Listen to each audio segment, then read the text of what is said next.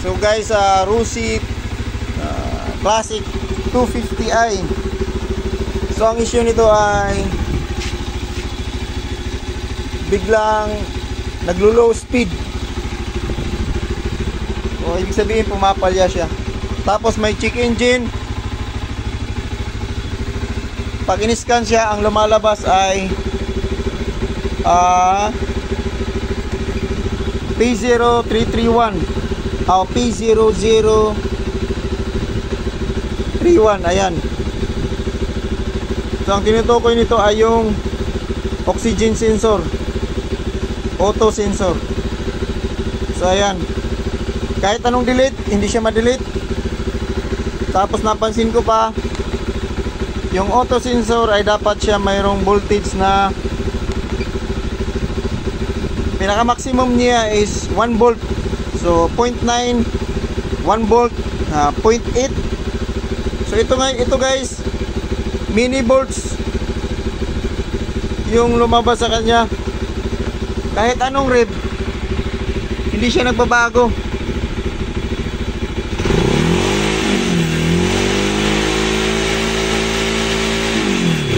So ayan guys, so ibig sabihin may problema niya yung auto sensor. Naka-steady na lang yung voltage niya. Tapos MV pa, ibig sabihin mini volts. So masyadong mababa. So ang standard niyan ay 1 volt, 0.9, 0.8 or 1 volt. So yan, MV yung nakalagay. Masyadong mababa.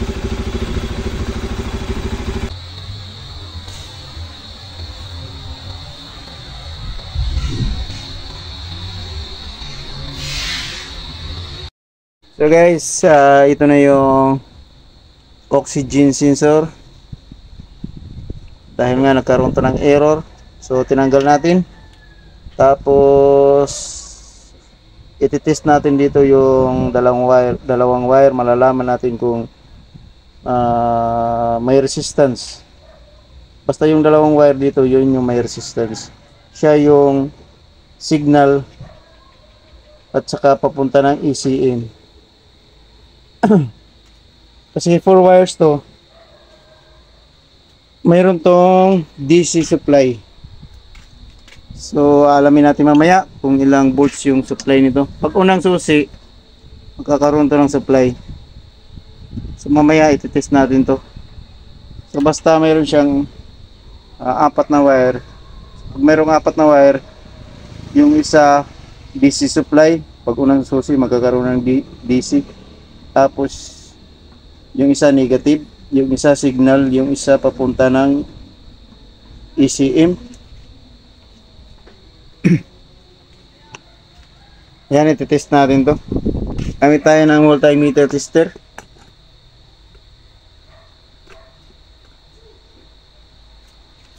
So ito yung multimeter tester ko. Set natin sa ohms. Ayan. So dito sa 4 na wire na to, sa socket, tutumbukin natin kung nasaan yung may resistance. So kahit saan doon sa 4, pag meron siyang resistance, ibig sabihin goods pa to. So possible may problema sa wirings. Pero pag wala tayong makuha ditong resistance, dito talaga nagkaroon ng problema. So ayan. Yan, nandun na yung ano. Nahin natin dito. Dito. Tapos i-ano natin sa 4 na wires.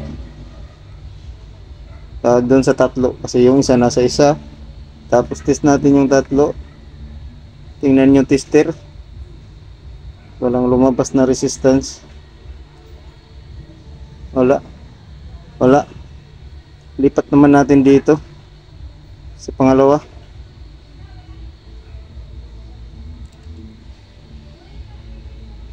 Wala pa rin. Wala. Lipat natin sa pangatlo. Ganun pa rin, wala. So lahat sila wala guys, kahit balik ta rin.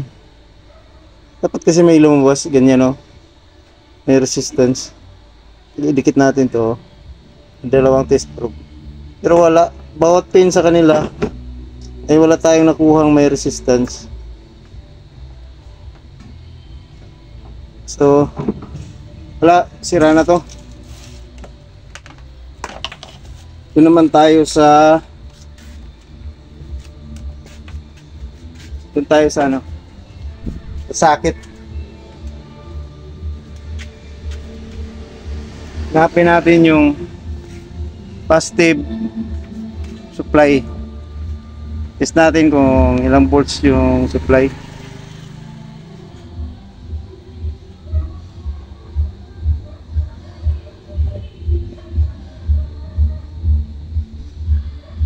So yun, itong sakit na to.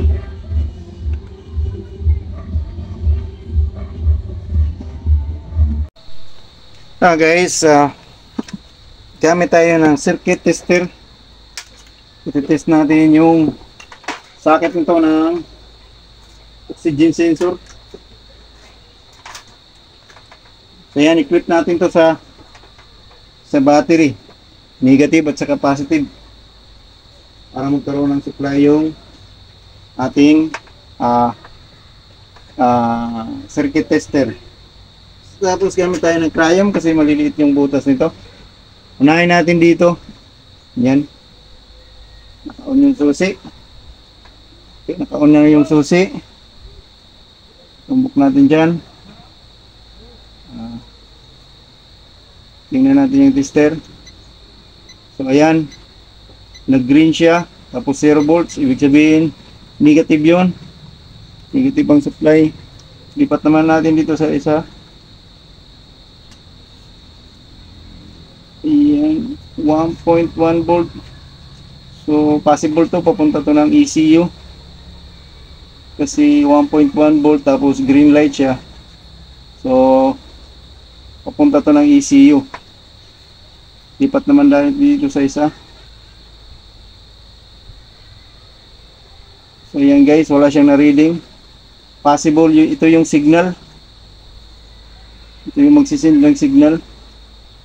Lipat natin sa isa. So ayan guys, pumula siya tapos 12.2 volts. So ibig sabihin pag on ng susi, magkakaroon ng 12 volt supply yung oxygen sensor. Patayin natin yung susi. So ayan, wala na siyang 12 volt supply. Ibig sabihin pag on ng susi nito, good siya kasi mayroon siyang supply.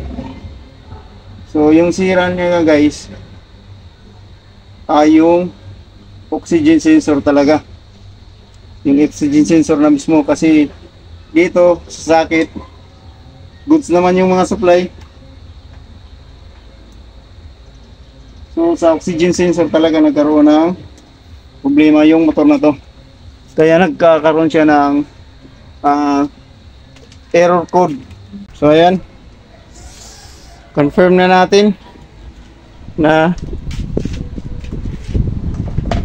yung sira ng yung error na tinutukoy na RUSI 250i Classic, RUSI Classic 250i, yan ay ang ito oxygen sensor guys. So ayan, na-confirm na natin. Papahanapan na lang sa may-ari ng oxygen sensor. Iwan ko lang kung saan ito makakabili.